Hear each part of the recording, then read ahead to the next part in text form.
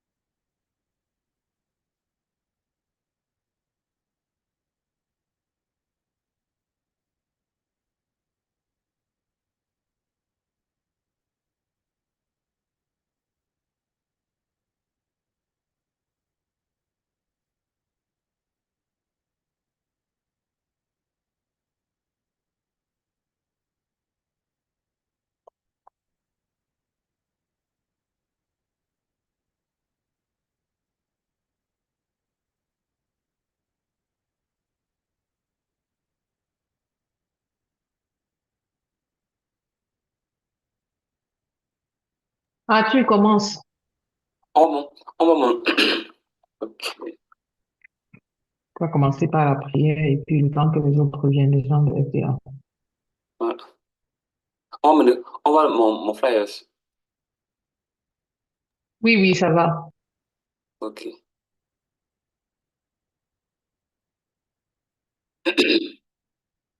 Bonsoir à tout le monde. Bonsoir. Euh, Bonsoir. ouais. Bienvenue dans notre. Nous continuons aujourd'hui avec la série d'enseignements sur les fondements de la foi. Et voilà, le thème d'aujourd'hui, c'est l'imposition des mains. On va, on va d'abord prier avant de commencer. Excellent Père de grâce, nous te bénissons, te donnons merci Seigneur pour ta présence et pour tes bienfaits. Nous voulons Seigneur, en ton nom et par ton autorité Seigneur, consacrer ce moment dans ta présence. Nous déclarons Seigneur que tu es présent parmi nous Seigneur et que les paroles qui vont être prononcées aujourd'hui sont des paroles esprit et vie. Nous déclarons Seigneur que tu vas ouvrir aujourd'hui encore notre entendement sur ta parole afin que nous puissions être éclairés sur les choses qui concernent ton royaume. Ce moment est consacré dans ton sang Seigneur. Tout l'honneur, la gloire te revient, toi le seul vrai Dieu, au nom de Jésus-Christ. Amen. Amen. Amen. Amen. Amen. Je donne Ok, encore 10 minutes au retardataire. mhm.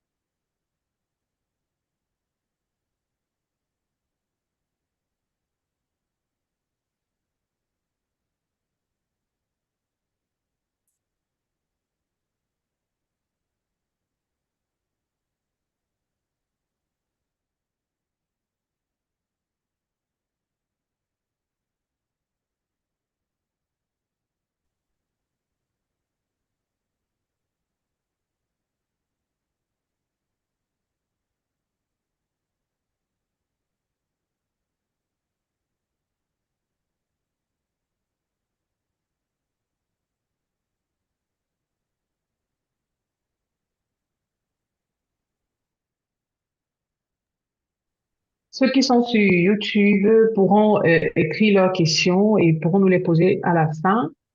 Aujourd'hui, j'ai l'honneur de rappeler encore notre frère Arthur qui va partager avec nous sur l'imposition des mains. Soyez prêts, soyez attentifs parce que comme le flyer l'a déjà montré, ça va sonner très fort. Bienvenue encore à tous et je vais laisser la place à Arthur pour commencer. Bon, merci. Merci, Samantha. Nous allons commencer par la parole de Dieu dans le livre de Hébreux, chapitre 6, verset 1. Je vais lire Hébreux, chapitre 6, verset 1. C'est la lettre d'Hébreux de Paul aux Hébreux.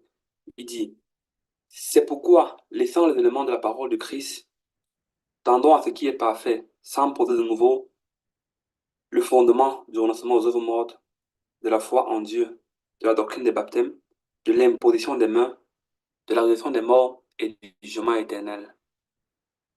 Ici, on voit bien que Paul dit aux Hébreux que les choses basiques que la foi chrétienne repose sur des piliers, parmi lesquels il y a l'imposition des mains, qui se situe à la quatrième position, ou bien dirons le quatrième pilier. Donc, c'est pourquoi notre série est consacrée sur ces six thèmes. Et aujourd'hui, nous parlons principalement de l'imposition des mains. Nous allons voir l'importance de l'imposition des mains dans la doctrine chrétienne. Ok. Nous, l'imposition des mains, clairement dit, c'est un acte par lequel une personne met ses mains sur le corps d'une autre personne dans un but spirituel défini. Pourquoi dire cela? Parce que nous remarquons qu'aujourd'hui, voilà, en tant que les êtres humains, nous sommes naturellement attirés par la chaleur humaine. Cela veut dire que si un ami, si un homme pose ses mains sur son ami de façon naturelle, nous ne pouvons pas considérer ça comme imposition des mains dans le contexte spirituel, parce que c'est un acte purement naturel et charnel. Un peu comme par exemple si une mère a un enfant, l'enfant chauffe, ou bien l'enfant est malade, de façon naturelle, elle posera sa main sur le front de l'enfant pour voir si l'enfant est en bonne santé, s'il chauffe, et pour voir l'état de l'enfant. On vient prendre la température de l'enfant avec ses mains. Là, c'est pas un acte spirituel, là, on ne dirait pas l'imposition des mains. Mais dans le contexte chrétien, dans le contexte spirituel, c'est un acte par lequel une personne met ses mains sur le corps d'une autre personne dans un but spirituel bien défini. Un but spirituel bien défini. Cet acte, généralement, s'accompagne par la prière ou une parole prophétique ou bien, selon le contexte, de différentes manières. Et aujourd'hui, nous sommes focalisés sur l'imposition des mains dans le contexte spirituel, comme j'ai lu dans Hébreux 6, verset 1. Bon, on va voir principalement les différentes occasions ou les différents sphères dans lesquelles l'imposition des mains intervient dans le contexte spirituel, dans le contexte chrétien. Premier point dans lequel on va commencer, l'imposition des mains est utilisée déjà depuis l'Ancien Testament, du moins depuis l'Ancienne Alliance, je dirais ça comme ça, jusqu'à la Nouvelle Alliance. C'est pas un acte qui est spécifique à une alliance bien précise, étant donné que dans le milieu chrétien, on a, bien qu'il y ait plusieurs alliances que les hommes ont fait avec Dieu ou bien que Dieu a fait avec les hommes, c'est catégorisé en deux principales alliances, l'Ancienne Alliance et la Nouvelle Alliance. Donc, du coup, l'imposition des mains, cet acte spirituel, est aussi bien trouvé dans l'Ancienne Alliance comme dans la Nouvelle Alliance. Donc, on va commencer, comme c'est une étude biblique, c'est un enseignement, on va commencer principalement dans l'Ancienne Alliance et jusqu'au Nouveau Testament, jusqu'au dans la Nouvelle Alliance. On verra comment cet acte-là se transmet de génération en génération. Les pères de la foi l'ont fait, et Jésus l'a fait, et on continue à le faire jusqu'à nos jours. Nous allons commencer avec le livre de Genèse, donc Genèse 48, verset 8 à 19. Je vais laisser le temps à chacun de pouvoir ouvrir sa Bible. Genèse, le premier livre de la Bible. Genèse 48, verset 8 à 19. Bon, on va dire tout. Mais on va dire principalement le verset 14. Mais bon, pour mettre le contexte, c'est Joseph est allé en Égypte, a souffert, a été élevé en dignité en tant que premier ministre d'Égypte. Et fait venir sa famille, parmi lesquels Jacob, son père, et ses frères et sœurs. Ils ont vécu en Égypte, sa famille a vécu en Égypte avec lui. Et à un moment donné, son père, Jacob, était sur le point de mourir. Donc, son père fait appel à tous ses fils pour les bénir. Genèse 48. Je lis le verset 8 d'abord. Israël, qui est le nom de Jacob, regarda les fils de Joseph et dit, qui sont ceux-ci? Joseph répondit à son père, ce sont mes fils que Dieu m'a donnés ici. Israël dit, fais-les, je t'en prie, approcher de moi, pour que je puisse les bénir. Donc, on voit le contexte que Jacob veut, mais Israël, qui est le nom de quelqu'un, veut bénir les fils de Joseph, donc du moins ses petits-fils. Israël était aveugle, ses yeux étaient appesantis, il ne pouvait plus voir. Joseph les fit approcher de lui. Israël leur donna un baiser et les embrassa. Israël dit à Joseph, je ne pensais pas revoir ton visage, et voici que Dieu me fait voir même ta postérité. Verset 13. Puis Joseph prit tous deux Éphraïm de sa main droite, puis Joseph les prit tous deux. Éphraïm de sa main droite à la gauche, de sa main droite à la gauche d'Israël, Manassé de sa main gauche à la droite d'Israël, et les fit approcher de lui. Israël étendit ses mains, verset 14, Jacob, Israël étendit ses mains, sa main droite, et la posa sur la tête d'Éphraïm, qui était le plus jeune. Son main droite sur le plus jeune, et il posa sa main gauche sur la tête de Manassé. Ce fut avec intention qu'il posa ses mains ainsi, car Manassé était le premier-né. Généralement, la main droite est pour le premier-né et la main gauche est pour le second. Mais ici, Jacob a inversé. Mais ce qui nous intéresse, c'est le fait qu'il ait posé la main sur les enfants pour les bénir. Il bénit Joseph et dit que le Dieu en présence duquel ont marché mes pères, Abraham, Isaac et Jacob, que le Dieu qui m'a conduit depuis que j'existe jusqu'à ce jour, que l'ange qui m'a délivré de tout mal bénisse ses enfants, qu'il soit appelé, qu'il soit appelé de mon nom et du nom de mes pères Abraham et Isaac, qu'il multiplie en abondance au milieu du pays. Joseph vit avec des plaisirs que son père posa sa main droite sur la tête d'Éphraïm et il saisit la main de son père pour le détourner de dessus de la tête d'Éphraïm et la dirigea sur celle de Manassé. Et Joseph dit à son père, pas ainsi mon père, car celui-ci est le premier-né. Pose sa main droite sur sa tête. On voit ici là que, en fait, ce qui nous intéresse, en fait, ce n'est pas précisément la bénédiction, mais c'est l'acte. On voit ici là que pour bénir les deux enfants, il était important dans l'ancien contexte que Israël, que Joseph apporte ses enfants devant son père. Parce que la bénédiction devait se faire avec imposition des mains. Donc, dans le contexte spirituel, on voit que il est clairement nécessaire, c'est une pratique que les ancêtres ont fait, les patriarches en enfants ont fait pour imposer, pour bénir. Donc, premier point qu'on retient, d'après Genèse 48, verset 8 à 19, que l'imposition des mains est utilisée pour bénir les personnes. Premier point, donc, comment on tirer l'imposition des mains euh, pour bénir les gens, pour bénir, pour transmettre une bénédiction. Ok, on va continuer. Deuxième point, l'imposition des mains est aussi utilisée pour transmettre l'autorité. Pour transmettre l'autorité, là, on continue avec les patriarches, jusqu'à nombre. On parle en nombre, nombre chapitre 17, chapitre 27. Nombre chapitre 27.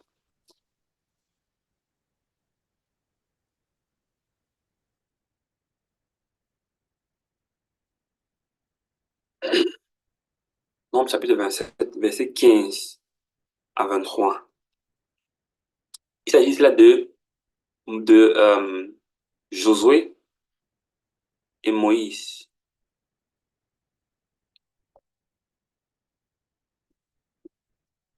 Verset 15.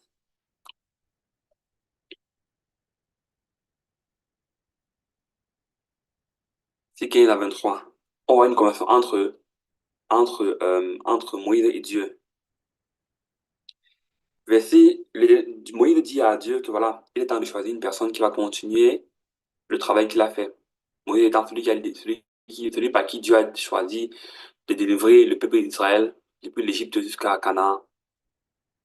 Mais sur le chemin, il est temps de choisir un autre leader qui va conduire, qui va continuer la mission, qui va conduire le peuple à la terre promise. Donc, je parle principalement au verset 18 où Dieu parle. L'Éternel dit à Moïse, prends Josué, fils de Nun, homme en qui réside les esprits, en qui réside l'esprit, et tu poseras ta main sur lui, c'est-à-dire une instruction directe de Dieu. Tu poseras ta main sur lui. Tu le placeras devant le sacrificateur Éléazar et devant toute l'assemblée, et tu lui donneras des ordres sous leurs yeux. Tu le rendras participant de ta dignité, afin que toute l'assemblée des enfants d'Israël l'écoute. Il se présentera devant le sacrificateur Éléazar, qui consultera pour lui le jugement de l'Urim devant l'Éternel. Et Josué devant l'Éternel. Et Josué, tous les enfants d'Israël avec lui, et toute l'assemblée sortiront sur l'ordre d'Éléazar et entreront sur son ordre. Moïse fit ce que l'Éternel lui avait ordonné. Il prit Josué et le plaça devant le sacrifice d'Éléazar et devant toute l'assemblée. Il posa ses mains sur lui et lui donna des ordres, comme l'Éternel l'avait dit à Moïse. Donc, on voit ici là que c'est une instruction directe de l'Éternel de Dieu. Directe. Une instruction directe de Dieu, quoi. Imposition de mauvais. C'est pas un acte, on voit ici là clairement, ce n'est pas un acte qui a été initié par un homme. Si on s'est juste arrêté sur l'acte de Jacob, on pourrait dire que voilà, peut-être Jacob a voulu et tout. Mais ici, on voit clairement que Dieu a instruit, a donné un ordre à Moïse que pour transmettre l'autorité qu'il a, il doit imposer les mains sur Josué devant toute l'assemblée. C'est-à-dire qu'on voit que l'imposition des mains aussi peut être utilisée dans le cadre d'une transmission d'autorité. De nos jours, on voit souvent, pour ceux qui regardent des prédications en ligne, parfois, quand un pasteur veut transmettre des mains consacrées à un autre pasteur, bien, il y a principalement l'imposition des mains. Par contre, dans ce cas-là, il y a un truc qui est très intéressant. On va continuer. Du moins, pour, euh, tr- pour transmettre l'autorité. Pour transmettre l'autorité. Donc, un peu comme pour transmettre l'autorité de génération en génération. Une génération est là, la génération de Moïse, qui transmet l'autorité à une autre génération. Un peu comme un bâton de relais. L'imposition des mains se fait. Je dis, sous nos yeux, on n'a rien vu. On a peut-être vu seulement que voilà, un acte de façon naturelle. Mais tout à l'heure, on va voir ce qui s'est passé. Le troisième point, pour transmettre la sagesse, c'est une continuité exactement de l'acte entre Moïse et Josué.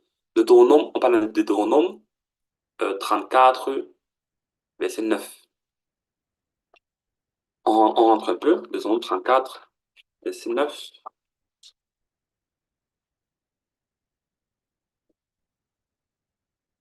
Oui, on va voir un peu.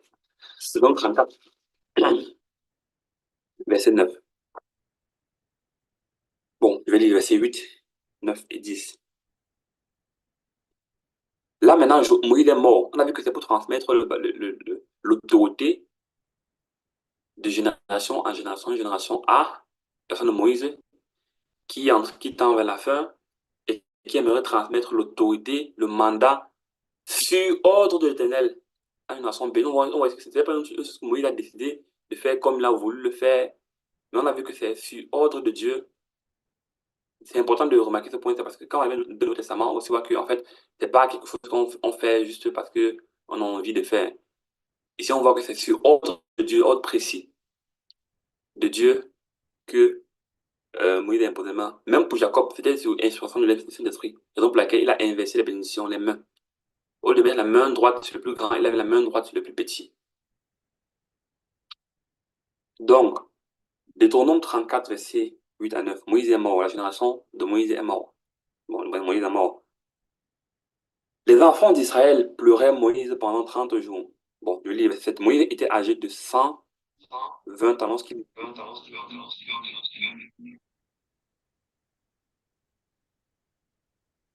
Ok. Sa vie n'était point affaibli et sa vigueur n'était point passée. Les enfants d'Israël pleuraient Moïse pendant 30 jours dans les plaines de Moab. Et ces jours de pleurs et de deuil sur Moïse arrivaient à leur terme. Ils ont fini de pleurer Moïse tranquillement. Josué, le même Josué qu'on avait dans Deutéronome 27, verset 15 à 23, il est temps pour lui de prendre, bien que, attention, bien qu'il avait été reçu l'imposition de la main de Moïse, il n'était pas encore entré dans ses fonctions. Pleinement dit. Il disait pas parce qu'on impose les mains au Dieu à quelqu'un, ok, on impose les mains au Dieu, taxe, je demande où ta chaîne YouTube, ou bien je demande, tu penses que euh, tu es déjà appelé à faire ce que tu veux comme tu veux, quoi. On a vu que bien que Moïse avait reçu l'autorité depuis le vivant de Moïse, il a attendu, mais Dieu l'a fait attendre jusqu'à ce que Moïse passe de l'autre côté.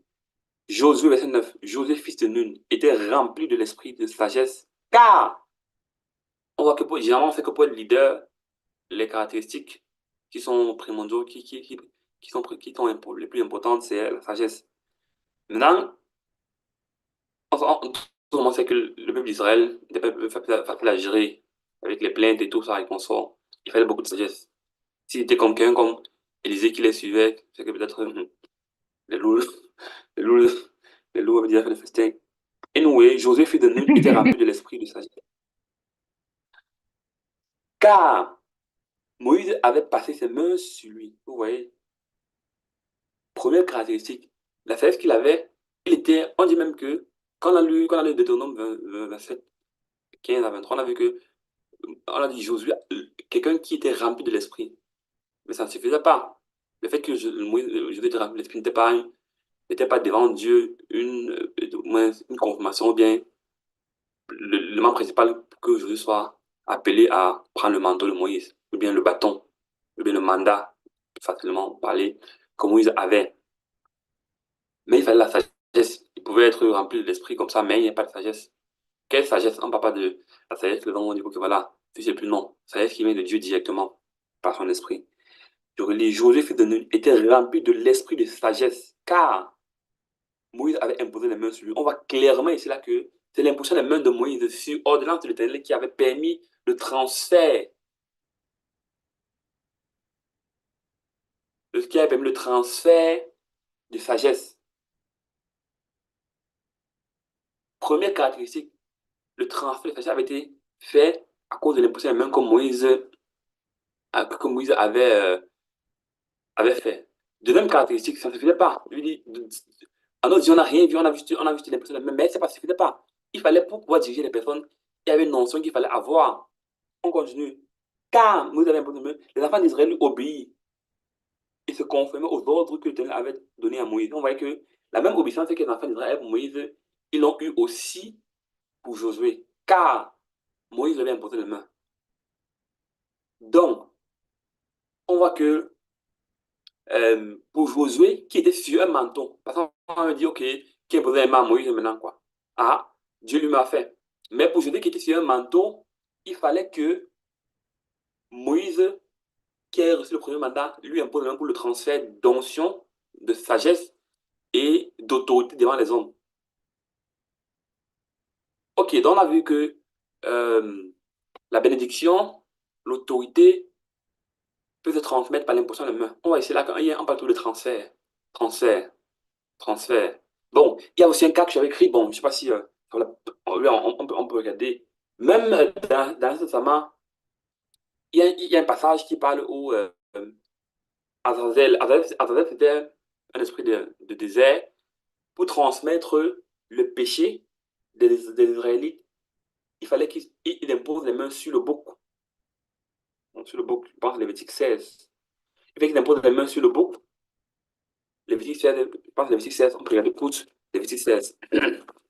Lévitique 16. Lévitique 16, il fait qu'il impose les mains sur le bouc pour transmettre.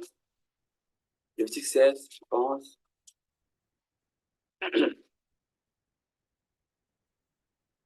Donc, Lévitique 16, je pense verset 21. Ok, verset 21. Lorsqu'il aura achevé de faire l'expiation pour le sanctuaire, pour la tente d'assignation et pour l'autel, il fera approcher le bouc vivant Aaron posera ses mains sur la tête du bouc vivant. On parle de deux mains à chaque fois. Il confessera sur lui toutes les iniquités des enfants d'Israël et toutes les transgressions par lesquelles ils ont péché. Il mettra sa tête du bouc. Le bouc était chargé, quoi. Je veux dire, pour transmettre pour transmettre les péchés des enfants d'Israël sur le bouc, il fallait imposer les mains. On va dire que voilà, c'est la méthode dont Dieu a donné précisément, quoi. Je veux dire, si tu veux pas ce que Dieu a dit, on a vu les fils d'Aaron, on voulu mettre le feu eux-mêmes sur l'autel. On a vu ce qui s'est passé. Donc, il est plus chargé de faire selon les prescriptions de la parole. Il impose les mains sur le bouc afin de transmettre les péchés de tout Israël. Et le bouc, bien sûr, personne ne devait manger le bouc là, quoi. Qui est fou. Ils ont chassé le bouc, que le bouc parte dans le désert. C'est juste une petite parenthèse. C'est pas dans mes notes. Mais bon, revenons maintenant, encore continuons avec l'acte dans le Nouveau Testament, ou bien dans la Nouvelle Alliance. On commence, c'est ça ce qui est plus important, bon, pas plus important, je veux dire, ça qui nous concerne le plus, sinon ça comme ça.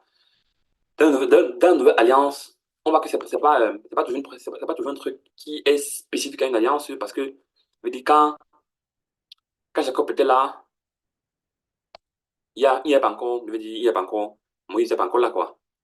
Donc, ou bien même quand Isaac impose les mains sur les cuisses. Non, quand Jacob impose les mains sur les cuisses de son père Isaac pour recevoir la bénédiction encore, il n'y a pas encore l'alliance. Donc c'est un acte vraiment spirituel. Ça ne me m'étonnerait pas qu'on fasse ça aussi dans le camp ennemi aussi. Mais bon, ça ne nous concerne pas. Acte 8, verset 14.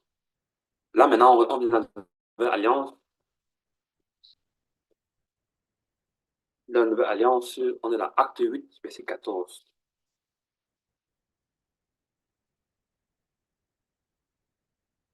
Acte 8, verset 14.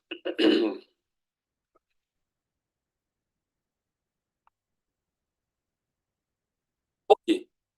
Acte 8, verset 14. On voit ici là que l'imposition des mains est utilisée dans la nouvelle alliance, dans l'autre alliance qui a été faite entre Dieu et le Fils et le Père Jésus-Christ, par laquelle on est participant à travers la nouvelle naissance. Il y a aussi une alliance qui a été établie avant qu'on ne vienne. Donc, il n'est plus sage pour nous respecter comment les choses se passent que de vouloir faire à sa propre guise. Allons voir l'acte 8, verset 14.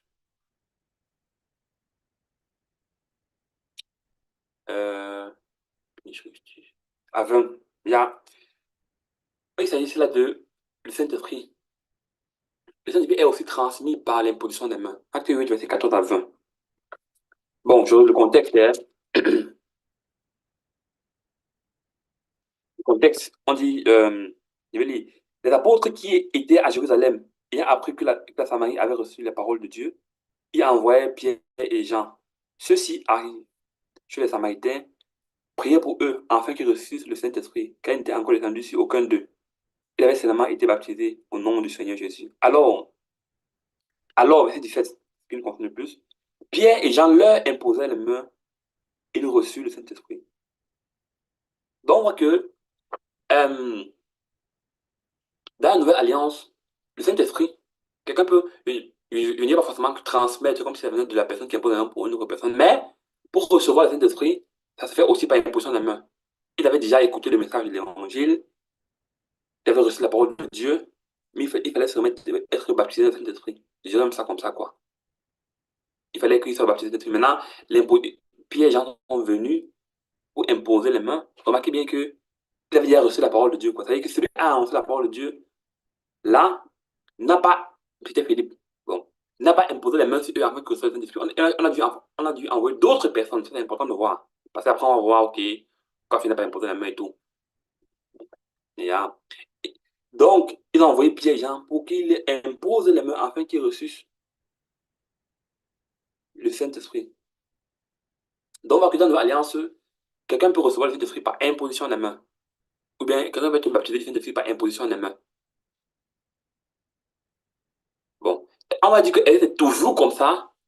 Toujours, il faut toujours que, si maintenant je suis à Yaoundé, Je suis en Allemagne, quelqu'un en Allemagne, est-ce que je dois absolument rentrer pour imposer les mains pour qu'il reçoive le Saint-Esprit? Pas forcément. Dieu fait comme il veut, quoi. C'est pour ça que c'est toujours important d'être guidé par le Saint-Esprit. Il y a des cas où les gens ont reçu le baptême de la Saint-Esprit, pas par imposition des mains. On a le cas de Pierre et de Corneille. On peut sûrement lire dans Acte 10, verset 30. Là, on va parler langzam, Chanel. Acte 10, verset 30. Il s'agit de Corneille. Corneille, c'était quelqu'un qui était devant Dieu, pieux, il faisait des aumônes et il était quelqu'un de bonne foi. Et il participait à la construction de tabernacles et tout dans son époque, bien qu'il n'étant pas juif. Donc Dieu a trouvé plaisir, il a trouvé plaisir aux yeux de Dieu. Et alors Dieu a dit, OK, il a envoyé un ange parler à Corneille. Corneille a fait appeler Pierre par ses serviteurs, car c'était un centenier. Il avait dit, il avait des gens sur ses ordres. Il était dans l'armée. Pierre arrive, acte 10, verset 30. Corneille dit, il y a 4 jours, à cette heure, blablabla. Corneille essaie de parler à Pierre, quoi. Ce qui s'est passé. Corneille, l'ange vient d'aller connaître après, acte 10, verset 31. Ta prière a été exaucée. Dieu est souvenu de tes aumônes. Envoie donc à Joppé, faire venir Pierre, on appelle Pierre. Alors Pierre, verset 34. Pierre arrive, acte 10, verset 34. Alors Pierre, ouvrant la bouche, dit, en vérité, je reconnais que Dieu ne fait point exception des personnes, mais qu'en toute nation, celui qui le craint et qui pratique la justice, lui est agréable. Il a envoyé la parole aux fils d'Israël, il a annoncé la paix de Jésus-Christ, verset 37. Bon, je dis,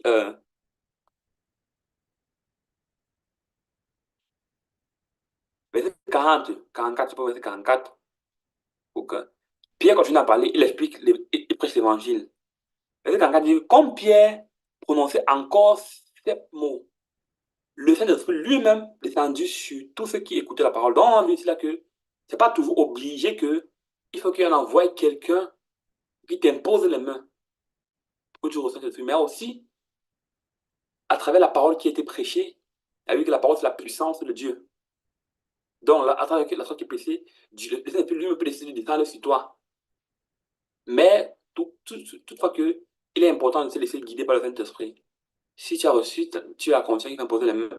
Il va imposer les mains. Si n'a pas la conscience, si peut-être il y a 1000 personnes, voilà, après, je ne sais pas si Saint-Esprit. Mais s'il y a 1000 personnes, à travers ta prêche, ta prédication, le Saint-Esprit peut descendre sur tous ceux qui sont là.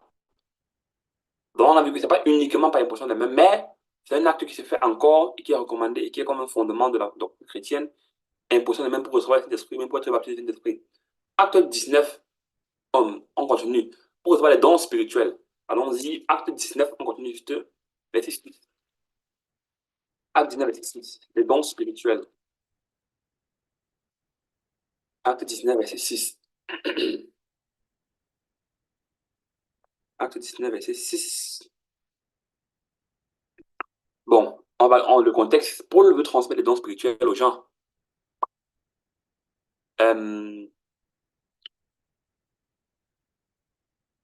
Alors, je lis verset 4 à 6. Alors Paul dit, Jean a baptisé du baptême de repentance, disant au peuple de croire en celui qui venait après lui, c'est-à-dire en Jésus. Sur cette parole, il fut baptisé au nom du Seigneur Jésus. Lorsque Paul leur eut imposé les mains, nous savons que la Bible, c'est, comme on le dit, toute écriture est inspirée de Dieu pour enseigner, pour redresser, pour corriger, afin que l'homme parvienne à la perfection. La parole était inspirée du Saint-Esprit. Il a fait exprès de préciser que Paul a imposé les mains. Lorsque Paul leur eut imposé les mains, le Saint-Esprit vint sur eux et ils parlaient en langue et prophétisaient. On a vu que, on voit cela que l'imposition des mains de Paul sur eux a permis au Saint-Esprit de descendre sur eux. Par conséquent, ils ont directement les dons spirituels qui est donné par le Saint-Esprit. Pas par, bon, il dit, c'est le Saint-Esprit qui donne les dons. Mais il a fallu que Paul leur impose les mains. Le Saint-Esprit a donc utilisé un homme pour agir dans la vie de ces personnes-là, quoi. C'est pas Paul qui décide qui a le don. C'est le Saint-Esprit qui a le don, qui donne à qui il veut, selon comme il veut. Mais il décide de passer par les hommes pour faire ce qu'il veut faire. Il a fallu que Paul impose les mains pour qu'il soit ce don de prophétie et de parler en langue. C'est pour ça que Paul dit dans Romains 1, verset 11, écoute, directement après Acte. Paul écrit un message, il écrit aux Romains, il dit Il dit, verset 10 à 11, Paul demandant continuellement Paul dit, bon, demandant continuellement dans mes prières d'avoir enfin, par sa volonté, le bonheur d'aller vers vous. Car, Paul qui écrit, je désire vous voir pour communiquer quelques dons spirituels afin que vous soyez affermis. On voit cela que Paul décide de communiquer. Il dit, on a vu ça qu'il a imposé les mains, donc ceux-ci ont reçu le parlant et la prophétie. Paul dit cela qu'il veut venir le voir pour le communiquer principalement. Moi, je pense que si, comme on a vu, on a vu qu'il a fait cela, il voulait aussi imposer les mains afin qu'ils reçoivent les dons spirituels. C'est pour ça qu'il y a Timothée dans 2 Timothée 1, verset 6. 2 Timothée 1, verset 6. On va le pour 2 Timothée, 2 Timothée 1, verset 6 à 7. J'y suis, je vais lire directement. 2 Timothée 1, verset 6 à 7. Il dit, il parle à son fils Timothée dans la foi. Il salue d'abord Timothée et tous les consorts. C'est pourquoi je t'exhorte à ranimer, 2 Timothée 1, verset 6. Il dit à Timothée, oh Timothée, je t'exhorte à ranimer le don de Dieu que tu as reçu par imposition de main. Le don que tu as reçu par imposition de main. Le don que Timothée a reçu par le moyen de l'imposition de main. On va dire l'imposition de main est un moyen utilisé par Dieu pour transmettre les dons d'un individu, bon, de dons à un individu. À un individu. Il dit qu'à cela par Timothée que Dieu nous a donné mais un esprit de force et d'amour. C'est-à-dire que Timothée a reçu un des dons de Dieu par l'imposition de main. Par l'imposition de main. Il y a, c'est pour ça que aussi, dans juste un verset en avant, 1 Timothée 4, je vais dire un livre en avant, désolé, 1 Timothée 4, verset 14, il dit, ne néglige pas le don qui est en toi. Ne néglige pas le don qui est en toi et qui t'a été donné par prophétie avec l'imposition des mains de l'Assemblée des Saints. On voit là que exactement, comme je disais tantôt, Timothée a reçu le don par prophétie avec imposition des mains de l'Assemblée des Saints. On voit là que les dons spirituels aussi se transmettent par prophétie et par imposition des mains. Ok, ok. Bien sûr, on a vu que ce n'est pas toujours par imposition des mains. On a vu les Corneille, quand les pierres venues sur eux, ils ont reçu le Saint-Esprit, ils ont parlé en langue. Donc, ils parlent en langue. Mais, Pierre n'a pas imposé la main sur eux. Je veux dire, connaît ta famille. C'est pas toujours ainsi, mais c'est un moyen, c'est une doctrine. C'est pour ça que dans l'hébreu, si on parle de l'imposition, c'est une doctrine. Il y a. Maintenant, so, ok, on va checker un peu le temps. Euh, ok, bon, ça va. Maintenant, on va aller pour les gens qui sont nés de nouveau. Je veux dire, Pierre, bon, c'est que Pierre, tout ça, ils étaient enfants de Dieu comme nous. Et ils avaient un ministère bien précis. Bon, chacun de nous a un ministère bien précis que Dieu a donné. Jésus-Christ lui-même, il est dans la parole. Bien que Jésus-Christ lui-même ait imposé les mains aux malades et ils ont été guéris. Donc, c'est maintenant que Jésus lui-même pratiquait. Lui-même pratiquait. Et il dit dans Marc 16, verset 17 à 20, Marc 16, 17 à 20, l'évangile de Marc,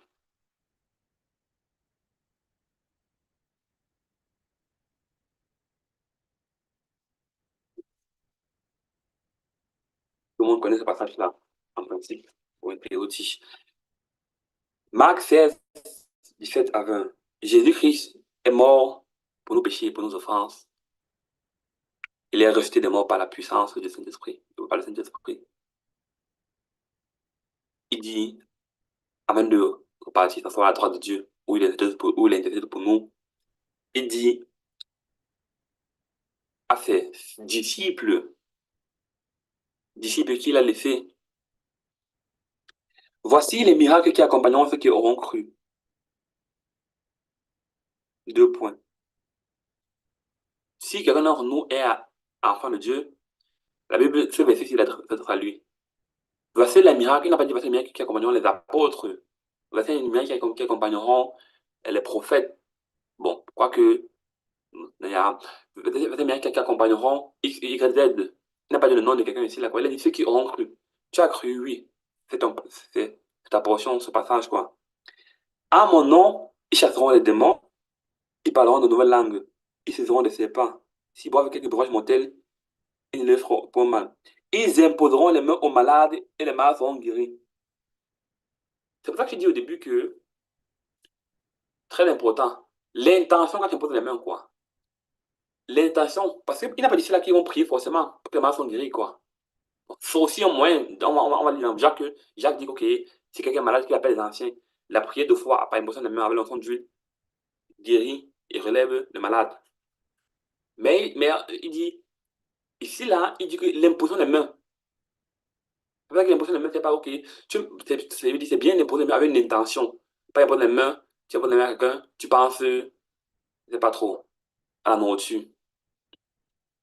Et tout, mais, parce que le temps fait d'imposer les mains à quelqu'un, plus simplement de guérir, quoi. Sans même prier. Parce qu'il n'a pas dit, il a dit que imposer les mains, c'est clair que généralement, de façon naturelle, on prie. Mais dans certains cas, il a dit que, ok, comme dans Jacques, imposition des mains par la prière et tout. Mais il a dit que l'imposition des mains. C'est pour ça qu'on voit même que, ok, la guérison, même quand Pierre passe, son ombre guérissait la malade. Mais sans la prière, l'ombre ou bien l'onction, le mouchoir de Pierre guérissait la malade, quoi. Parce que c'est l'onction qui brise le joug. On voit Isaïe. Ici, là, l'imposition des mains, c'est que l'imposition des mains, c'est bien de faire avec une intention, avec un but spirituel défini. Ouais, c'est simple, le simple fait d'imposer les mains que Pierre le guérir, même sans prière, parfois. Il dit, il impose les mains aux malades et les malades seront guéris. Donc, c'est là que l'imposition des mains pour guérir les malades, c'est biblique. Donc, euh, il y a, c'est aussi un acte pour guérir les malades physiques. L'imposition des mains répartie, en moins de transmettre la guérison physique à ceux qui sont malades.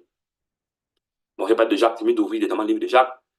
Ils vont encore dans le même contexte, guérison physique des malades. Jacques 5, verset 14 à 15. Hum, Jacques 5, Jacques 5, Jacques 5. Bon, j'ai le temps, tout le monde ouvrir aussi, Jacques.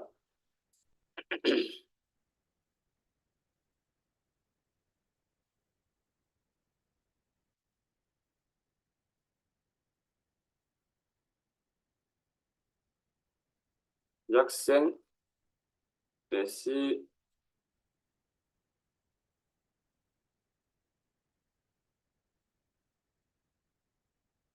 Ok, voici. Jacques 5, verset 14 à 15. Quelqu'un d'entre vous est-il malade? Qu'il appelle les anciens, maladie physique. Bon, je veux dire malade, malade.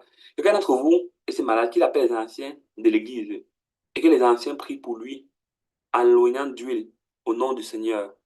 La prière de la foi sauvera le malade et le Seigneur le relèvera. Comme quelques péchés, on va être là que, bon, pour un nul, en principe, il faut, on dit oindre, quoi, on n'a pas dit verser lui. Il faut imposer la main, quoi. Je veux dire, tu prends du lait avec tes mains et tout. Il y a, donc, l'imposition de la main pour la guérison physique est biblique. Est biblique. Bien sûr, il est important de comprendre que c'est important d'imposer les mains avec la foi. Il veut dire, la Bible dit que Jésus ne va pas la foi. Bien que si tu demandes quelque chose en tout temps, ne crois pas que tu vas recevoir. Bien, Marc 11, verset 23, la Bible dit que si quelqu'un d'entre vous dit à cette montagne, déplace-toi et crois en ton cœur que ce qu'il a dit s'accomplira, il fera ce qu'il a dit. Donc, c'est là que la foi, c'est l'élément de transmission ou bien le déclencheur. Donc, c'est important d'imposer les mains avec foi. Avec foi. Il y a, parce que la foi, comme on l'a dit, elle dit, c'est que ça prend du temps que Dieu existe et que de remettre ce qu'il recherche. Donc, il y a de la foi à chaque fois. Ou bien la vie que Dieu se voit par la foi. Donc, ça veut dire, il est clair d'imposer les mains avec la foi, avec foi. Il y a, ok, donc, un autre point, euh, pour la puissance, pour trouver la puissance, je veux dire,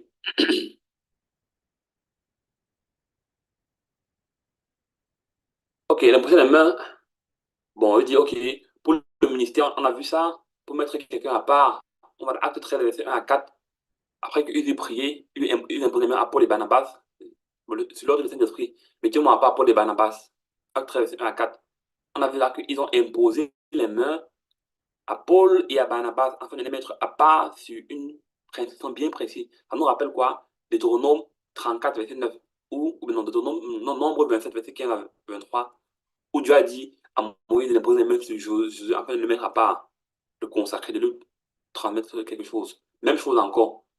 Ancienne alliance, nouvelle alliance. C'est un principe.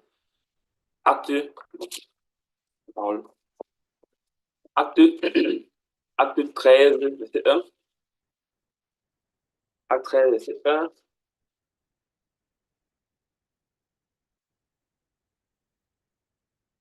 On va tout lire. Verset 2. Pendant qu'il servait le Seigneur dans le ministère et qu'il jeûnait, le Saint-Esprit dit, mettez-moi à part Paul et Barnabas. Mettez-moi à part Barnabas et Saoul pour l'œuvre à laquelle je l'ai appelé. Alors, après l'avoir jeûné et prié, il leur imposait les mains. Saint-Esprit, n'oublions pas que la Bible n'est pas écrite par les hommes. Bon, écrite par les hommes sur inspiration du Saint-Esprit, quoi. Donc, toute écriture est inspirée de Dieu pour instruire, pour on apprenne comment les choses spirituelles se passent. C'est important pour que c'est sage de faire comment Dieu demande qu'on le fasse. Ici, on a vu que pour les mettre à part, ils ont dû imposer les mains sur eux. Sur Paul, Paul c'est un grand apôtre, mais il s'est soumis aux règles ou aux principes spirituels établis, non pas des hommes, mais par Dieu. On a vu que Dieu a demandé spécifiquement à Moïse de le faire, et Saint-Esprit a demandé spécifiquement à Saint-Esprit qui est Dieu aussi, mais qui est Dieu pas aussi. Qui est Dieu a demandé à- aux apôtres d'imposer les mains à Paul, bien que Paul, on sait que Paul, c'était quelqu'un qui a beaucoup travaillé, le dit lui-même, travaillé plus que tous, bien qu'étant le plus petit. Il s'est soumis lui-même aux règles, quoi. Jésus lui-même imposait les mains pour guérir les malades. Bon, peut-être on va pas lire exactement, mais euh, c'était un truc vraiment pour mettre à part quelqu'un.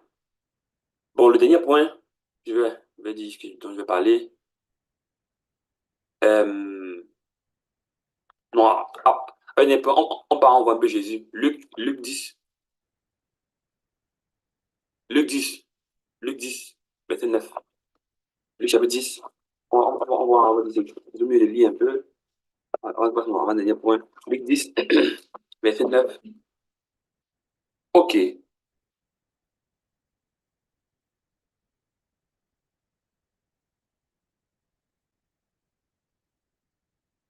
Luc 10, verset 9. Verset 10. Verset 10.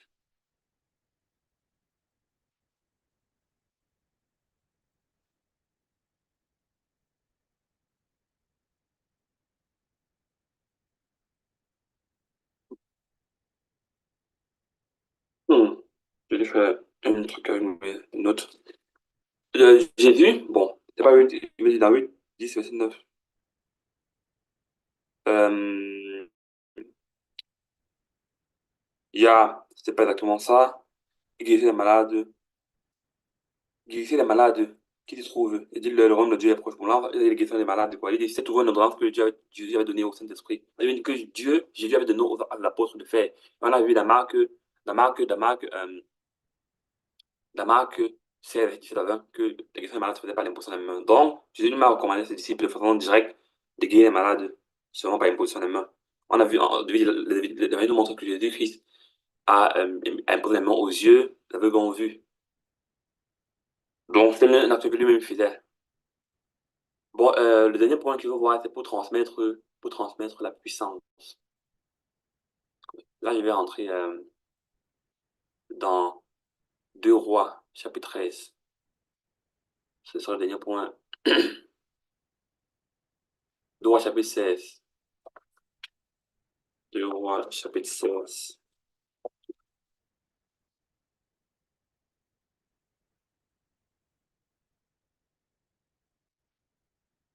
Le livre des Rois, c'est l'Ancien Testament, de l'Ancienne Alliance.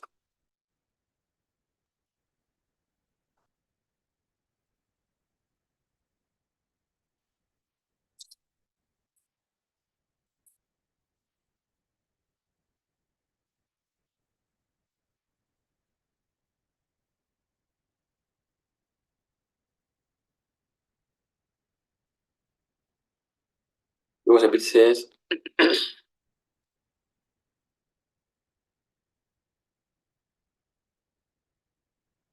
Le Rois, chapitre 16.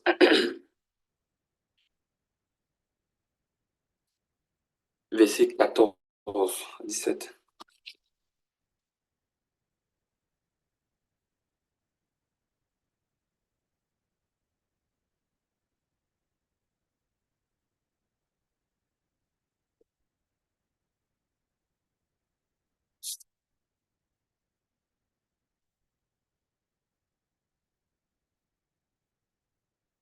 Verset 13.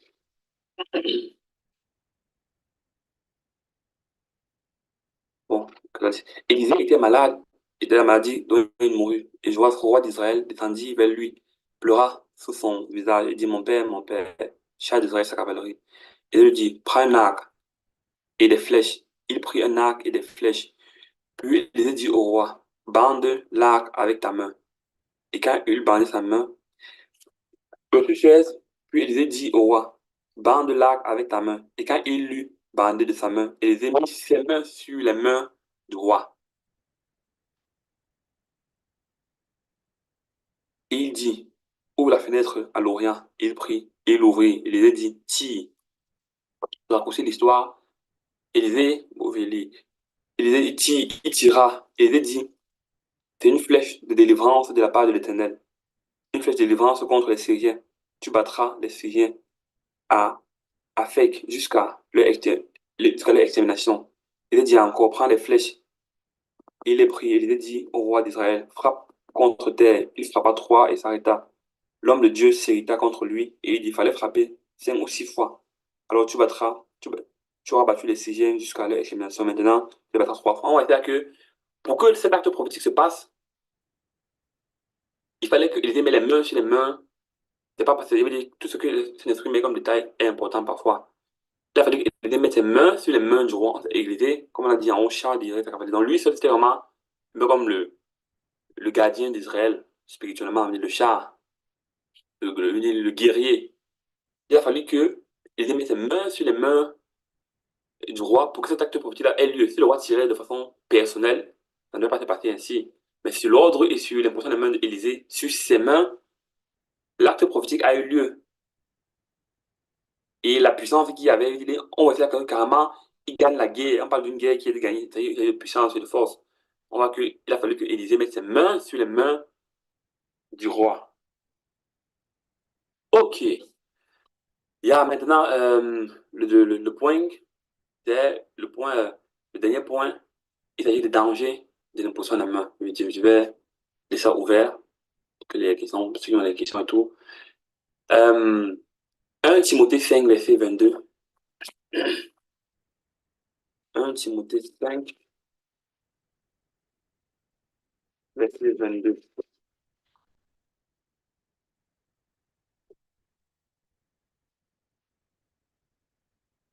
1 Timothée 5, verset 22. C'est le roi, c'est Paul qui parle à son fils Timothée. Paul, n'oublie pas que Paul lui-même a été une personne sur qui les mains ont été imposées, qui a imposé les mains avant tout. Il connaît assez bien la doctrine quand même. Il dit à son fils Timothée dans la foi. Bon, je lis verset 21. Je te conjure devant Dieu, devant Jésus-Christ et devant les anges élus, d'observer ces choses sans prévention et de ne rien faire par faveur. N'impose les mains à personne avec précipitation et ne participe pas au péché d'autrui. Toi-même, conserve-toi pur. Ne continue pas ne continue pas à ne boire que de l'eau. Bon, ça va. Mes filles, là, j'ai un peu. OK. 22. N'impose les mains à personne avec précipitation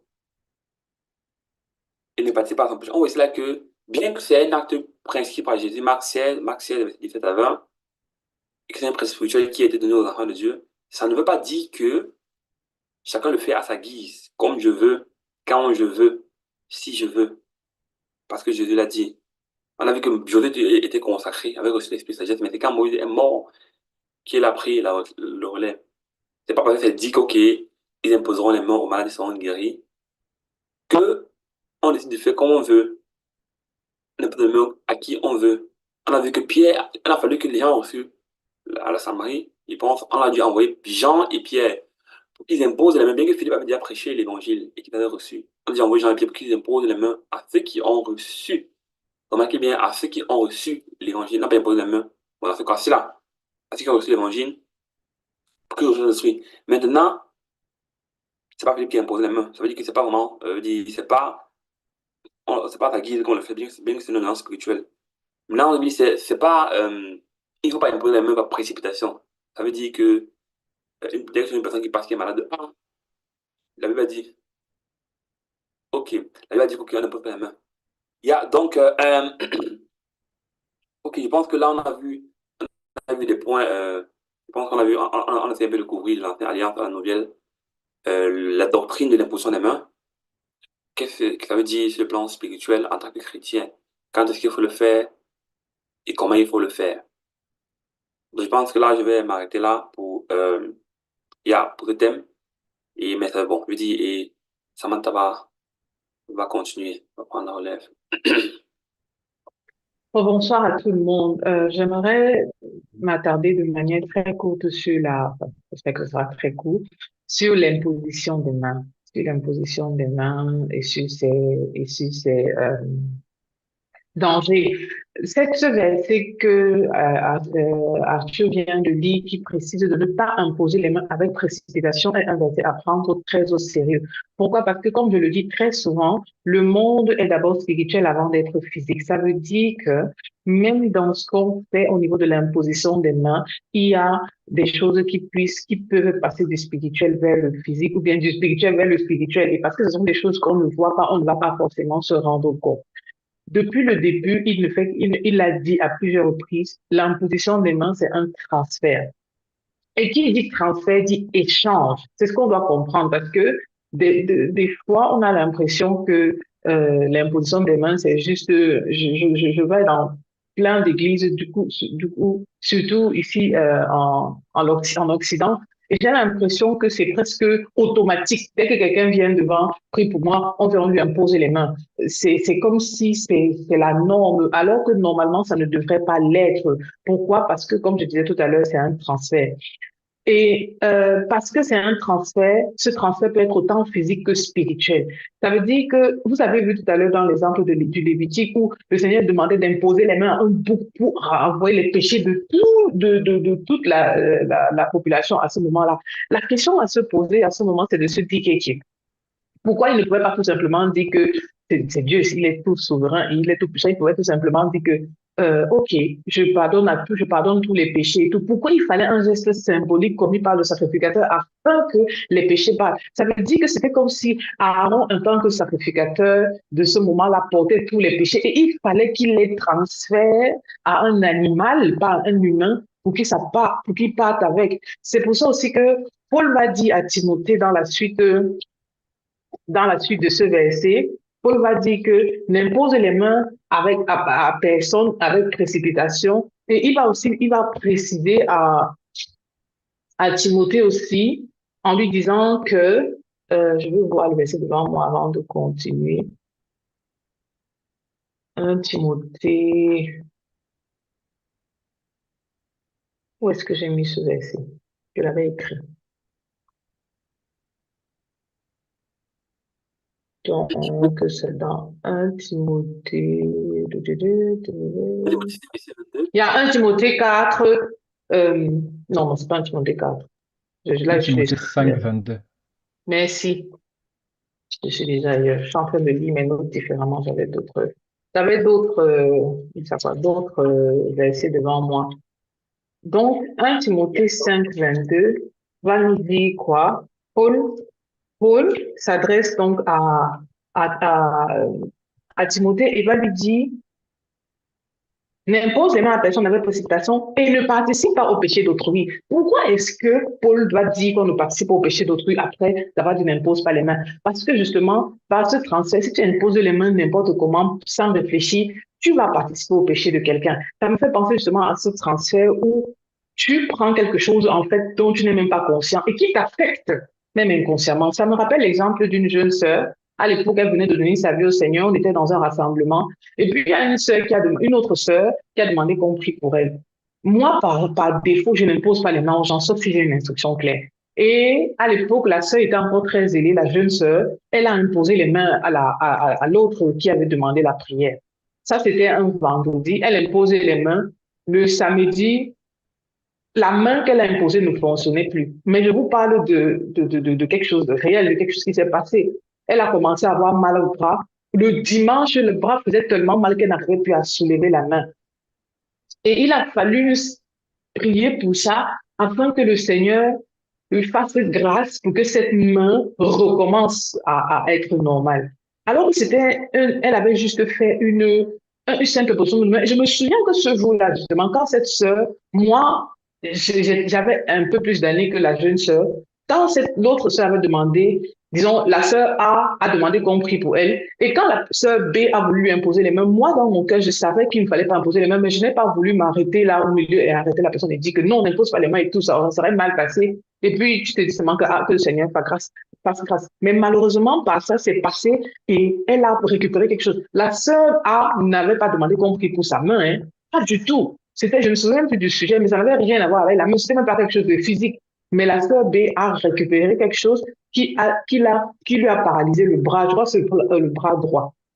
C'est quelque chose vraiment à prendre très au sérieux. C'est pareil. Ce n'est pas parce que c'est un homme de Dieu qui est très connu, que tout le monde connaît, que tout le monde adulte, que ça signifie qu'il doit m'imposer les mains. Faisons très attention. Qui dit imposition des mains dit aussi transfert de choses maléfiques, des choses qui ne sont pas de Dieu. Ça peut même être jusqu'à transférer même les mauvais caractères, jusqu'à transférer même les mauvaises façons de penser. C'est tellement de choses à la fois. C'est pour ça que Paul le précise, n'impose pas les mains par précipitation. Prends la peine pas de réfléchir, mais prends la peine d'écouter le Saint-Esprit. Je ne demande pas de devenir paranoïaque, mais de se rendre compte qu'à à chaque fois que toi, tu tends tes mains vers quelqu'un et que quelqu'un tend les mains vers toi, te touche dans un cadre spirituel, il y a un transfert.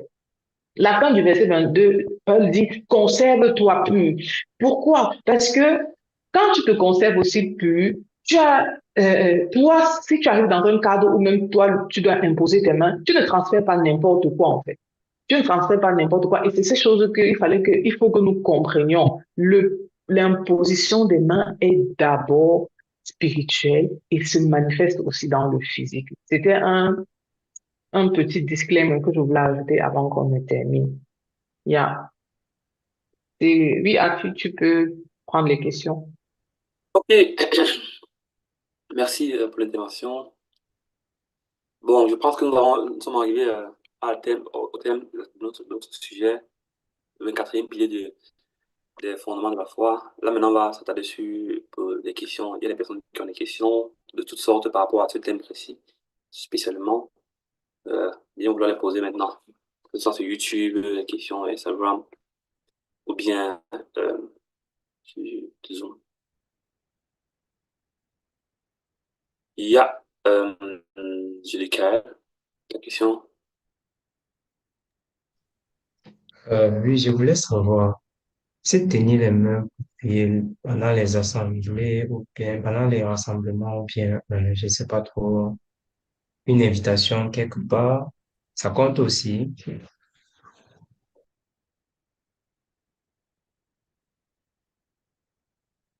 Ah, ok, si je peux comprendre, c'est-à-dire que, par exemple, on est quelque part, un rassemblement entre amis ou bien entre personnes mélangées, chrétiens, pas chrétiens, et voilà, on se tient la main peut-être pour prier, ou bien euh, c'est ça, ou bien juste comme ça. Oui, un truc comme ça. Ou bien, par exemple, chez nous, avant de commencer le culte, les serviteurs, on se tient la main d'abord pour prier.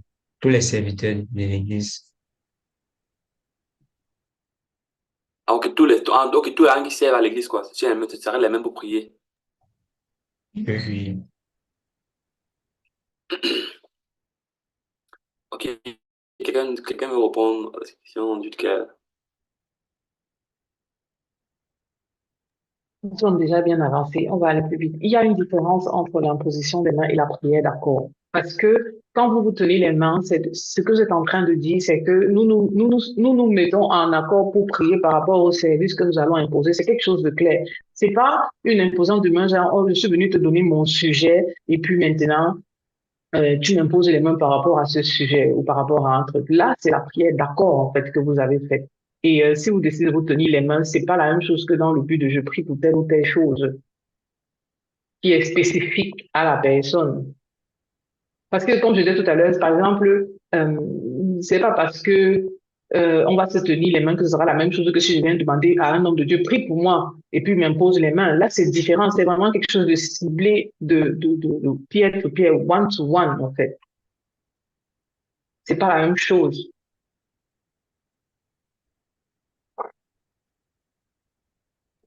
Je ne sais pas si tu D'accord, comprends, je compréhensible. dirais. Je me bats à comprendre. Merci. D'accord.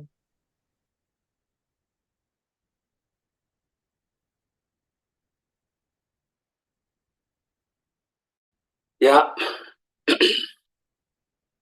est-ce qu'il y a d'autres questions? Il y a une question en commentaire. Ok, sur, sur YouTube. Sur YouTube, tu veux dire Oui, oui. YouTube. Dans le chat Zoom. La question est le chat Zoom. Ok.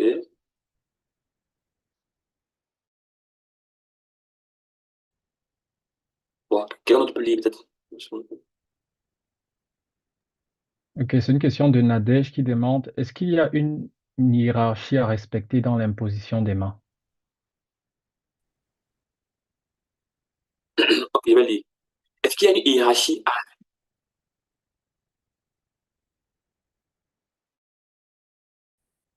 Ah, tu n'entends plus? alors, vous m'écoutez maintenant? Oui. La question est exactement comme je dis, comme l'autre lui. Est-ce qu'il y a une hiérarchie à respecter dans la position des mains? La question qui a été posée. Oui, réponds alors. Ou bien tu préfères que quelqu'un d'autre t'aide. Alors, je laisse la question ouverte à quelqu'un d'autre répondre. Est-ce qu'il y a quelqu'un qui veut répondre?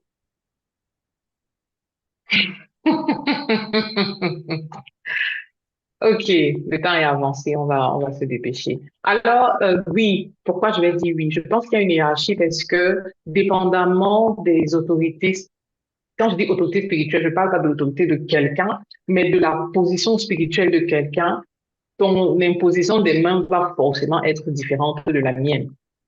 Je veux dire que si je suis dans un groupe et que il y a, je vais prendre un exemple. Si je suis quelque part là où je vois papa à débrouiller, franchement, je ne veux pas venir là dire que je vais imposer les mains aux gens alors qu'il est là. Hein, c'est un peu comme, c'est au-delà de la culture de l'honneur, c'est de comprendre qu'il a les grades dans tout et que quand le général arrive quelque part, ce n'est plus au colonel de donner des ordres. Donc oui, je dirais qu'il y a une hiérarchie. Maintenant, c'est dépendamment de plein de choses parce que d'autres fois, c'est pas souvent toujours des choses, des personnes il n'y a pas toujours le titre sur la tête, mais il y a des fois où le Seigneur peut vraiment montrer que c'est pas à vous d'imposer les mains en ce moment parce qu'il y a quelqu'un là qui peut le faire, que je préfère qu'il le fasse hein, plus clairement, quoi. Mais c'est pas, je veux dire, il n'y a pas de règle générale à ça, mais oui, s'il y a un papa débrouillé quelque part, je n'ai rien à imposer les mains aux gens, quoi. C'est à lui de le faire. Voilà, c'est ce que je répondrai. Je ne sais pas si ça répond à la question. Ah bon, je dis, il y a, la question peut être à deux volets. Est-ce que, par exemple, si c'est que euh, un fils peut imposer la main à son père, je dis, même sa hiérarchie physique, hiérarchie charnelle, ça veut dire, le fils, mon père est malade, moi le fils, je viens imposer la main pour qu'il guérisse.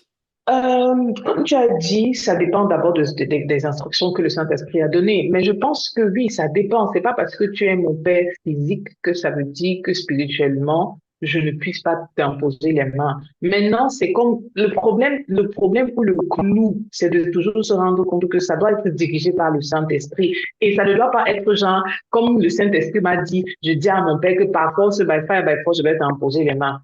Je dis toujours que l'esprit des prophètes est soumis au prophète. Ça veut dire que l'esprit de Dieu est soumis à l'esprit de Dieu. Ça veut dire que quand je vais parler, la personne là à qui je dois poser les mains doit j'ai envie de dire, me le confirmer. C'est pas seulement un truc de genre, le Seigneur m'a dit, je viens là, je vois un père dans la foi, je viens imposer les mains comme si c'est mon camarade.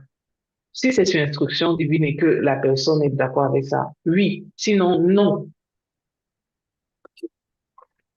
Donc c'est mieux, je me dis, c'est mieux de faire, euh, c'est pas qu'il y a une hiérarchie proprement dit, mais c'est mieux de respecter les autorités selon, euh, selon comment le Seigneur place les gens spirituellement.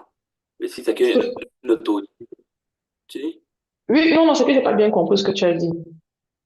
Je disais que ouais, c'est pas qu'il y a il y a une hiérarchie proprement dite, déjà, ok, voilà, c'est telle personne ne peut imposer à telle personne, c'est que selon aussi la compréhension spirituelle des choses et l'honneur, c'est mieux de, quand tu es en face d'une personne, de, si tu sais que voilà, la personne est, dit, peut-être ton père spirituel, ou bien, si la personne, si tu as le cœur d'imposer la main à la personne et que la personne ne te demande pas, si la personne te demande par exemple, ok, si un papa, par exemple, comme tu prends, et qu'il te demande, ok, peux-tu m'imposer les mains, s'il te plaît, je suis malade. Mhm. C'est exactement ça. En fait, il n'y a pas de règles à Exactement, ok, appliquer. Il n'y a pas de règles qu'on va toujours ouais, appliquer. Il y a à faire attention et être sûr que on n'est pas en train d'imposer selon nous, mais vraiment selon l'Esprit de Dieu. Il y a, ouais. Ok, merci. D'autres questions? il y a une autre question dans le chat. Bien.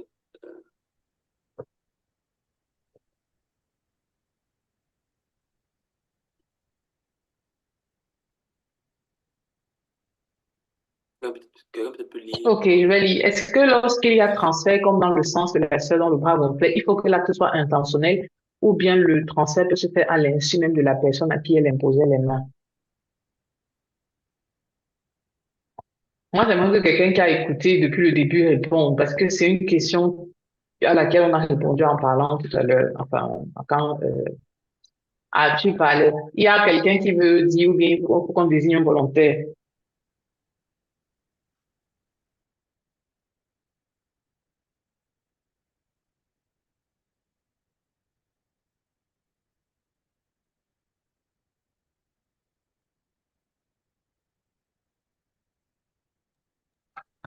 Bon, Euh, je que, pense, ok. je pense que la personne dont le bras n'allait pas bien, je dis, la personne à qui elle imposait les mains, ce n'était pas intentionnel. Parce qu'on porte tous des bagages différents.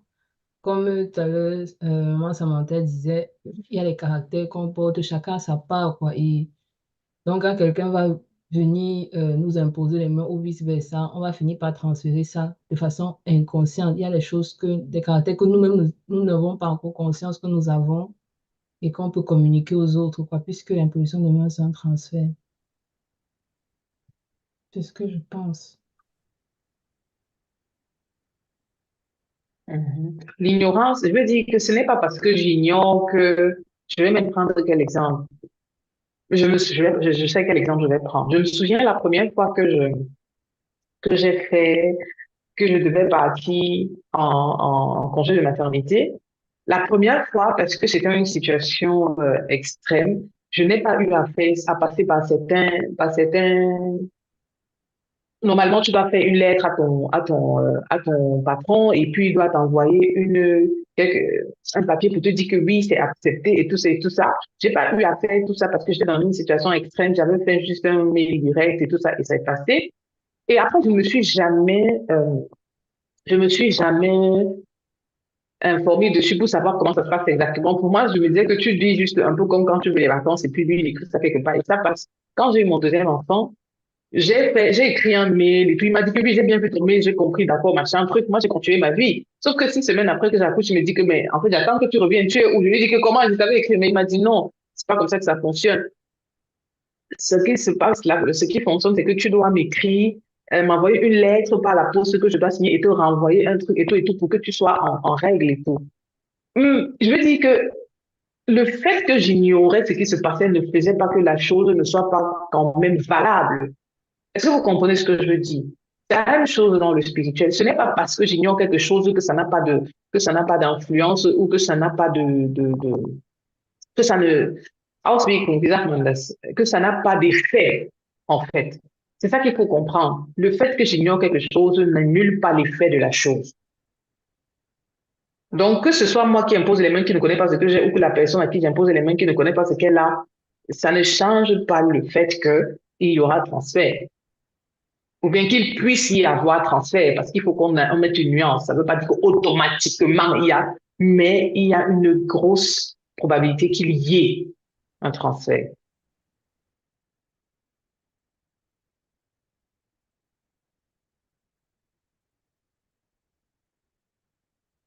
As-tu les questions? Et, questions, d'autres personnes ont des questions sur YouTube, sur Zoom.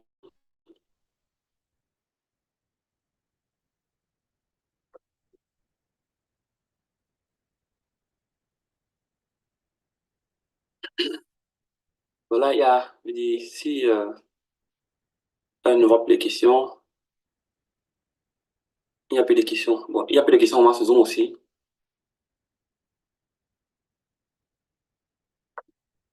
Ok, là, il n'y a plus de questions sur Zoom et sur YouTube. Ok, donc, je vais clôturer donc le thème. Moi, est-ce que, comment est-ce que, il veut dire quelque chose encore en plus? Pas du tout, à part que les devoirs arrivent. Ok. Ok, donc, je vais prier pour clôturer le thème d'aujourd'hui.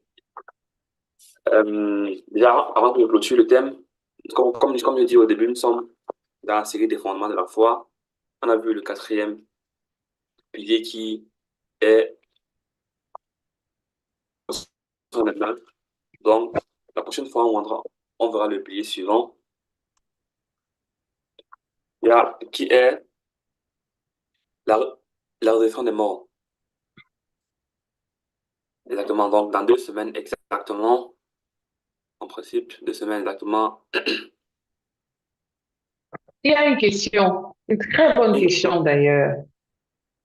il y a une question, ouais, il y a une question qui vient d'arriver. La Comment question faire dit, pour éviter ce transfert? comment on peut éviter le transfert? Je suppose que la question est dans le sens, c'est comment on peut éviter le transfert négatif. Il y a, Exactement. Euh, bon, moi je dirais que, bon, je donne mon avis avant de laisser parler. Je dirais que déjà, c'est bien de faire d'abord, d'imposer les mains sur instruction, on veut dire, parce qu'il y a plusieurs manières de, c'est que tu veux transmettre la guérison, puis whatever, il y a plusieurs manières de le faire. Si c'est que tu veux imposer les mains, c'est bien de le faire d'avoir une conviction. Je ne dis pas une conviction spéciale, que, ok, voilà, tu écoutes du moment, mais de te laisser diriger par le Saint-Esprit. Ok, si ça va passer. Deuxième point, c'est de faire avec foi que la parole de Dieu, ce que la Bible dit est vrai. C'est pour la prendre le cas de la guérison, par exemple, ok, la Bible dit dans Marc 16, c'est que, ok, ceux qui imposent les mains aux malades, ils sont guéris. Donc, tu fais, c'est un peu comme sur une directive du Saint-Esprit, bien sûr, une ordonnance de Jésus-Christ. Euh, Troisième point, pour moi aussi, c'est se couvrir dans le sang de Jésus aussi, quoi. Je dis, se couvrir dans le sang de Jésus. Ouais, il y a sur le point que je dirais. il y a. Tu dis? Oui, donc en gros, avant, si tu n'as pas encore imposé les mains, évite de le faire avec précipitation. Ça me rappelle aussi une autre histoire que j'ai vécue il y a quelques années, ça fait au moins 10 ans déjà. J'étais encore toute jeune là. Bon, j'étais plus toute jeune. Ça fait au moins 13 ans d'ailleurs. Et je me rappelle, on était avec un groupe de prière et puis on avait un jeune homme qui venait d'arriver, qui était venu pour la première fois, je crois. Et à l'époque, on était encore très zélés. Hein, dès que quelqu'un va venir là pour qu'on prie, bam, tout le monde pose les mains. Je me souviens, c'est vraiment le Saint-Esprit qui m'avait envoyé aux toilettes. Et pendant que j'étais aux toilettes, j'ai eu une vision ouverte du jeune homme en train d'entrer quelque part. Et j'ai entendu le Saint-Esprit me dire dans mon esprit, vraiment, ne touchez pas, ne posez pas les mains sur lui. Je suis sortie des toilettes, je me souviens, je suis entrée directement et j'ai seulement dit que, s'il vous plaît, n'imposez pas les mains ici n'importe comment parce qu'il fallait prier déjà pour lui. Et je me rappelle qu'à l'époque, on imposait vraiment les mains sur tout le monde. Et quand j'ai gardé ce que j'ai reçu pour moi, et quand on a fini de prier pour lui sans le toucher, parce que le jour-là, quand j'ai dit ça, chacun a senti qu'à l'heure, si mien, il ne pose pas d'abord les mains. Quand, quand on a fini de prier, il a commencé à parler de sa vie et expliquer des trucs. C'est là que moi, ayant reçu le truc, j'ai compris de quoi il s'agissait. Et j'ai vu que, justement, si on lui avait imposé des mains, ces transferts-là se seraient passés. Ne me demandez pas pourquoi le Saint-Esprit m'a montré ça, je ne sais pas jusqu'à aujourd'hui, mais c'est à partir de ce moment-là que ça a attiré mon attention sur l'affaire d'imposition des mains. Maintenant, si tu l'as déjà fait, il y a ce que je dis toujours, la miséricorde de Dieu prévaut toujours. Il ne faut pas être le genre de personne qui dit, ah, j'ai déjà fait et puis tant pis. Mais il faut te dire que Seigneur, vraiment, pardonne-moi d'avoir agi avec précipitation ou bien de t'avoir pas écouté. Tu demandes pardon, tu te repens de l'action et maintenant tu appelles la miséricorde de Dieu et tu demandes au sang de Jésus de te laver et de te couvrir. Et le reste, en fait, c'est, c'est, c'est ça. Et parce que pour ne pas éviter d'abord, il faut éviter de toucher d'abord. Enfin, pour ne pas que le transfert se passe, il faut éviter de toucher en premier. Mais si tu l'as déjà fait, comme j'ai dit, tu demandes pardon, tu demandes la miséricorde de Dieu et tu invoques le sang de Jésus sur toi. Yeah. Oui, je dis qu'elle, quand je dis qu'elle a les questions, tu es pareil, puis, ah, ok, maintenant tu poses encore les questions. J'aurais encore une autre question. Est-ce que le transfert peut être inversé? Qu'est-ce que tu veux dire? Euh, Genre, tu reçois plutôt quelque chose que tu ne devais pas recevoir. Puisque l'exemple qu'on a en train de prendre depuis, c'est que la personne chez qui on imposait les mains, c'est plutôt lui qui a donné, enfin, pas inconsciemment, il y a eu un transfert de chez lui à la personne qui lui a imposé les mains. Mais est-ce que maintenant ça peut être euh, inversé? Bien sûr, ça va dans les deux sens. Justement, ça va dans les deux sens. Beaucoup même. Je veux dire que j'ai envie de dire que dans plusieurs cas où moi j'ai vu, il y a des cas où j'ai vu où je prends un exemple, j'impose les mains à quelqu'un et moi, je veux dire que, regardez, c'est très, allons-y vraiment logiquement avec la parole de Dieu. Et je dis toujours que Satan cherche toujours he needs to il veut toujours twister ce que Dieu fait. On a vu tout à l'heure, Moïse a imposé les mains à Josué pour qu'il ait la sagesse. On a vu que Israël, et ça se passait d'ailleurs comme ça à l'époque chez les Juifs, qu'on a imposé les mains pour transférer la bénédiction. On peut voir aussi ça. Et du coup, Satan est toujours en train de twister, comme il a pris la parole de Dieu pour venir dans le désert dire à Jésus que, ok, la parole de Dieu dit que fais comme si et ça va se passer. Ça veut dire que si le diable, pas que si, le diable sait que par ça, il se transfère de bonnes choses. Donc oui, le diable va aussi essayer de transférer des mauvaises choses par l'imposition des mains. Que la personne qui impose transmet quelque chose de mauvais. C'est ça que je disais tout à l'heure, que ce n'est pas parce que quelqu'un me chante qu'il est homme de Dieu ou que je le vois sur tous les posters et tout, sur tous les posters, les statuts WhatsApp et surtout les Instagram et tout ça, que ça signifie que je vais aller qui m'impose les mains. Parce qu'à la fin de la journée, je ne sais même pas quel hôtel brûle. Je ne sais pas si ça n'a rien à voir avec l'imposition des mains peut-être, mais j'ai cette histoire de Franck parce que je raconte souvent. Ça vaut la peine, ça vaut autant que ne pas aller sur n'importe quel pasteur ou n'importe quel truc parce qu'il a un vogue ou bien se monter sur n'importe quel hôtel. Frank Edwards, le chanteur connu que vous connaissez, a raconté son histoire. Je crois que je vous l'avais déjà raconté d'ailleurs. Il était parti quelque part, il a chanté parce qu'on l'a pas invité, parce qu'il est un grand artiste. Il est aussi parti que, de toute façon, je suis artiste, je dois aller prester. Il dit qu'il est descendu de l'hôtel là, quand il est rentré chez lui. C'était comme si le ciel s'était fermé, il n'arrivait plus à rien recevoir du ciel. Jusqu'à ce que maintenant, un grand homme de Dieu a passé, il a dit que je ne vois plus l'enfance, il l'appelle, il dit que, qu'est-ce qui se passe, Franck? Et puis, il a commencé à lui dire qu'il ne sait pas ce qui se passe et tout. Et c'est l'homme de Dieu qui en train lui dit que tu es parti quelque part où il ne fallait pas. C'est comme quand on dit que tu as amené le feu étranger quelque part. Tu es parti où il ne fallait pas et arrivé, il y a eu un mauvais transfert et maintenant ton ciel est fermé. Et c'est là qu'il a prié pour lui et il lui a dit que ne va plus jamais rester sur un hôtel juste parce que c'est un, entre parenthèses, homme de Dieu ou une église qui t'invite. Parce que ce n'est pas tout ce qui s'appelle de Dieu qui est de Dieu. Je ne sais pas si tu comprends, Judicaël, pour dire que les transferts là se font dans tous les sens. Et si Dieu peut donner la bonne chose par le transfert, Satan va essayer aussi par le transfert de donner la mauvaise chose. Donc oui, celui qui donne peut donner, et bien même. Encore plus quand toi-même tu viens que, oh, homme de Dieu, bénis-moi. Pose tes mains sur moi, ma vie va changer. Oh, Annie, your anointing. Tu sais que l'anointing là qui est sur lui, là, c'est quoi? Tu sais que c'est quel anointing qui parle sur lui? Il y a des hommes de Dieu, excusez-moi, mais c'est la vérité, il y a des hommes de Dieu qui partent chercher leur attention dans les cabanes des magiciens. Ou bien ils commencent avec le Seigneur et quelque part sur la route, ils se retrouvent dans les coven, on appelle ça encore comment en français, dans les sectes. Et après, c'est lui que tu cours, tu pars, tu dis que, oh, c'est homme de Dieu, impose-moi les mains. Homme de Dieu, c'est pour ça que c'est quelque chose, il faut vraiment qu'on se rende compte que ce n'est pas quelque chose que ce n'est pas quelque chose de simple, c'est pas quelque chose de banal. C'est en fait ce sur quoi, en plus de nous avoir d'avoir expliqué tout, on veut attirer l'attention. C'est pas banal. Dans la maison de Dieu, on a trop banalisé l'imposition des mains de nos jours et ce n'est pas normal.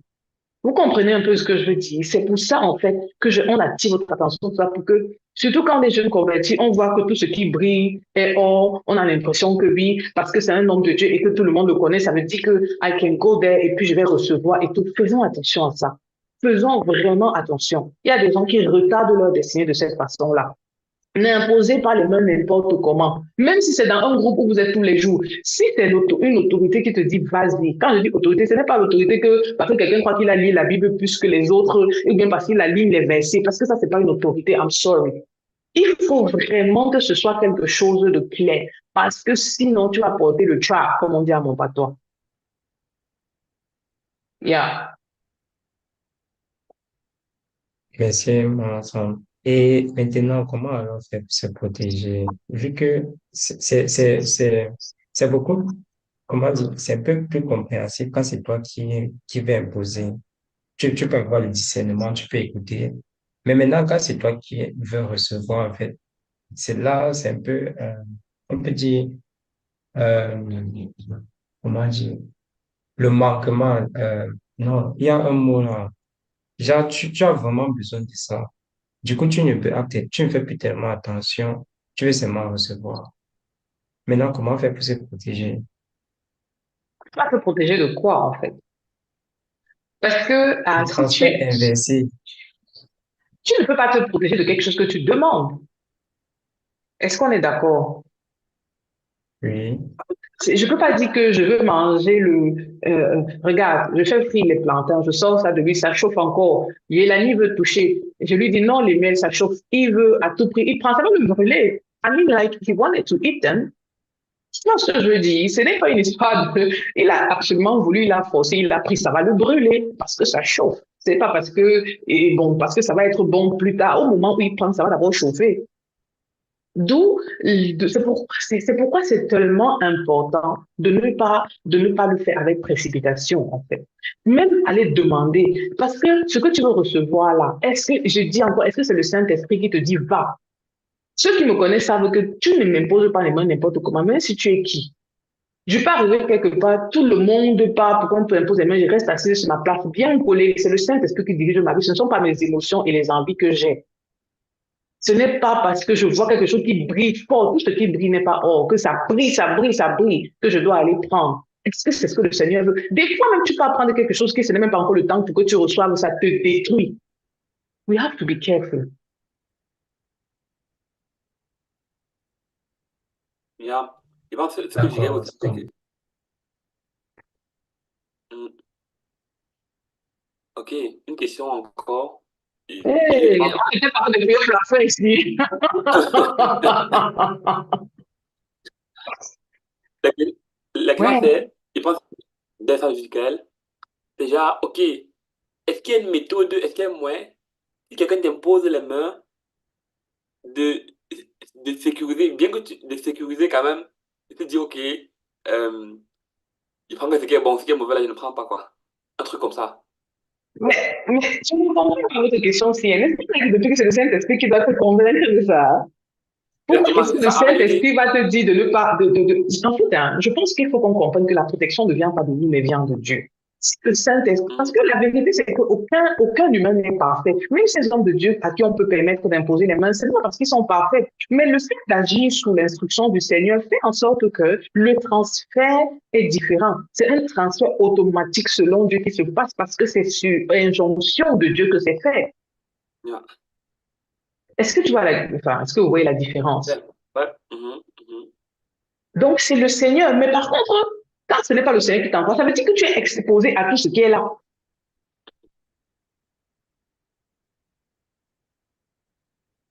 Yeah. Yeah. Dernière chance pour les questions.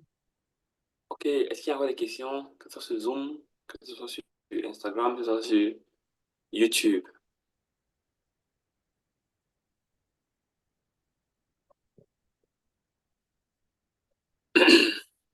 Ok, donc, Ok. Non, non, j'ai une dernière question. Comment refuses-tu avec Polymore quand t'imposais? tu dis Oh, quoi, il faut Mika? demander la grâce, hein. Il demande comment refuser poliment qu'on impose les mains. Moi, franchement, je ne vous mens pas. Il faut beaucoup de sagesse des fois. Des fois, mon frère, quand il sent que quelqu'un comme ça va venir à côté de moi me toucher, je sors d'abord de la salle qui plutôt. Ah, mon frère, je ne veux pas que tu me touches avant que je te réfléchir. Je sors plutôt. En fait, il faut beaucoup de sagesse déjà.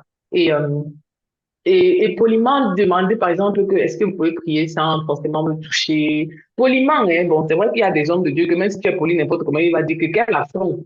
Mais que le Seigneur, moi je prie vraiment que déjà, le Seigneur nous permet de ne pas poser nos pieds n'importe où. Parce que souvent aussi, tu te retrouves à des endroits où tu ne devais même pas être. Donc, du coup, quand on commence à vouloir t'imposer les mains, c'est que tu t'es retrouvé où tu ne devais pas être. Que le Seigneur donne la grâce de reconnaître les endroits où nous devons aller et qui nous donne aussi qui nous donne aussi la possibilité, cette grâce de ne pas être, je vais dire ça comment, d'être tellement attentif au Saint-Esprit qu'on voit certaines choses venir, que tu arrives comme ça, on voit que tu vois qu'on impose les mains, tu sens dans ton cœur que c'est pas pour toi. Tu parles de toi, une heure de temps, même s'il faut. L'essentiel, c'est qu'on ne doit pas te toucher.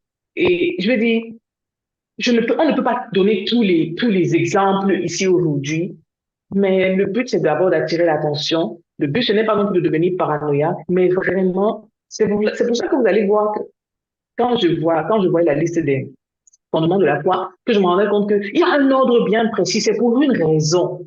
Hein? Et si je n'ai pas baptisé, c'est que tu vois que pour la bien mis l'histoire du baptême du Saint-Esprit, avant du moins l'auteur d'Hébreu, le truc du baptême du Saint-Esprit dans le Saint-Esprit avant, parce que sans le Saint-Esprit, sans avoir de ta vie au Seigneur et être en train de travailler activement à renoncer aux œuvres mortes et avoir une foi ferme en Dieu, n'importe quoi va te bouger. Parce que c'est ta foi en Dieu, en fait, qui te permet que quand le Saint-Esprit va te dire que ne fais pas, tu dis que mon frère, le Dieu là qui m'a dit ça, c'est à lui que c'est ce que qui dit que je dois écouter et que je suis capable de faire, même si c'est qui se place devant moi.